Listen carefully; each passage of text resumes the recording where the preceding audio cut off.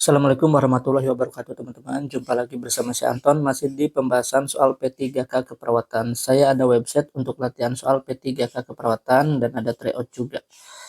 Kita kali ini akan latihan soal yang ke berapa ya? Ke-11 ya teman-teman. Ke-11. Nah ini dia ke-11, belum sempat kita kerjakan. Yuk kita kerjakan bersama-sama. Bagi yang mau ikut bergabung ke bimbel bisa hubungi nomor yang tertera di atas atau di bawah. Oke. Apa arti singkatan IUD dalam konteks keluarga berencana? A. Inseminasi uterus device, B. Internal uterus device, C. Intrauterine device, D. Invasive uterus dilation, atau E. Infrared uterus detector. Kira-kira yang mana teman-teman? IUD adalah metode kontrasepsi yang dimasukkan ke dalam rahim dan mencegah kehamilan dengan cara mengganggu pergerakan sperma. Atau IUD juga singkatan dari intrauterine device yang C. Soal berikutnya. Apa manfaat utama dari keluarga berencana? A. Meningkatkan angka kelahiran. B. Mengurangi risiko infertilitas. C. Meningkatkan peluang anak dalam keluarga besar. D. Meningkatkan kesehatan ibu dan anak. Atau E. Meningkatkan tingkat perceraian. Kira-kira yang mana teman-teman? Jawabannya adalah yang D. Meningkatkan kesehatan ibu dan anak. Program keluarga berencana dapat membantu meningkatkan kesehatan ibu dan anak dengan memberikan akses ke perawatan kesehatan yang adekuat dan mengurangi risiko komplikasi kehamilan yang tidak diinginkan. Soal berikutnya, apa yang dimaksud dengan usia subur pada wanita? A. Usia di bawah 18 tahun, B. Usia di atas 40 tahun, C. Usia di bawah 25 tahun, D. Usia di atas 50 tahun, atau E. Rentang usia di mana kehamilan mungkin terjadi. Jawabannya cukup jelas ya. Jawabannya adalah yang E. Rentan usia di mana kehamilan mungkin terjadi. Usia subur pada wanita adalah rentan usia di mana kemungkinan terjadinya kehamilan lebih tinggi, teman-teman. Biasanya antara 15 sampai 49 tahun. Soal nomor 4. Apa dampak dari pertumbuhan penduduk yang tidak terkendali? Ini sepertinya soal-soalnya tentang keluarga berencana ya. A. Meningkatkan kualitas hidup. B. Meningkatkan sumber daya alam. C. Mengurangi kemiskinan. D. Memperburuk kondisi lingkungan. Atau E. Meningkatkan tingkat kelahiran. Kira-kira yang mana teman-teman? Jawabannya adalah yang D. Pertumbuhan penduduk yang tidak terkendali dapat menyebabkan tekanan pada lingkungan seperti deforestasi, polusi, dan kekurangan sumber daya alam. Soal berikutnya. Sepertinya ini bisa kita kerjakan dalam waktu kurang dari 10 menit ya. Apa yang dimaksud dengan metode kontrasepsi alami? A. Menggunakan alat kontrasepsi seperti kondom, bukan ya. B. Menggunakan metode operasi sterilisasi, ini juga bukan. Operasi sterilisasi itu ada dua ya. Ada vasektomi untuk pria atau MOW, metode operasi pria. Ada metode operasi wanita atau tubektomi. C. Menggunakan metode suntik hormon, itu juga bukan. D. Mengandalkan periode tidak subur dalam siklus menstruasi. Ya, jawabannya adalah yang D.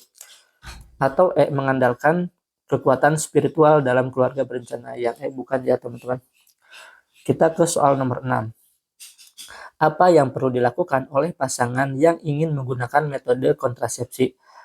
A. Melakukan operasi sterilisasi tanpa konsultasi. B. Menggunakan metode kontrasepsi tanpa pengetahuan. C. Berkonsultasi dengan tenaga medis untuk memilih metode yang sesuai. D. Mengandalkan keberuntungan untuk mencegah kehamilan. Atau E. Mengabaikan pentingnya keluarga berencana. Ini juga cukup jelas ya. Jawabannya adalah yang C. Berkonsultasi dengan tenaga medis untuk memilih metode yang sesuai. Jadi pasangan perlu berkonsultasi dengan tenaga medis untuk memilih metode kontrasepsi yang sesuai dengan kondisi kesehatan dari preferensi mereka. Kita ke soal nomor 7. Apa yang dimaksud dengan kesehatan reproduksi dalam konteks keluarga berencana? A. Menjadi subur sepanjang waktu. B. Tidak perlu menggunakan metode kontrasepsi. C. Memiliki banyak anak. D. Memiliki kontrol penuh atas tubuh. Atau E. Kondisi fisik, mental, sosial yang baik terkait sistem reproduksi. Ya, jawabannya adalah yang mana nih kira-kira teman-teman? Jawabannya adalah yang ya. Kondisi fisik, mental, dan sosial yang baik terkait dengan sistem reproduksi. Baik, kita ke soal berikutnya.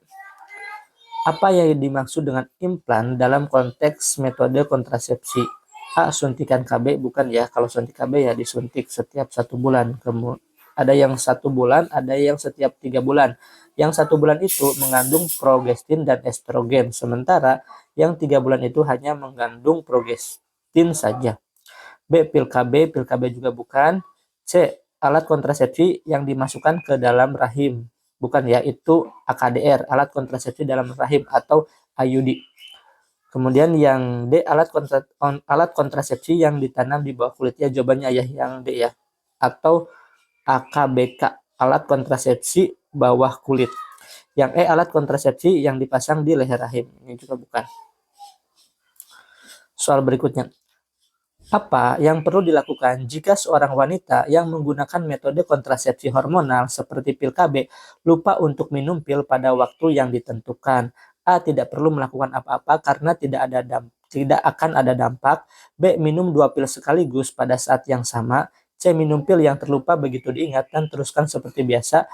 D. Hentikan penggunaan pil KB selamanya. Atau E. Hubungi dokter segera. Kira-kira yang mana nih teman-teman jawabannya? Jika seorang wanita lupa minum pil KB, sebaiknya wanita tersebut minum pil yang terlupa begitu diingat dan melanjutkan jadwal seperti biasa. Jangan minum pil 2 sekaligus ya teman-teman. Jadi jawabannya adalah yang C. Soal nomor 10. Apa yang dimaksud dengan pemahaman mendalam tentang keluarga berencana? A. Mengetahui semua metode kontrasepsi.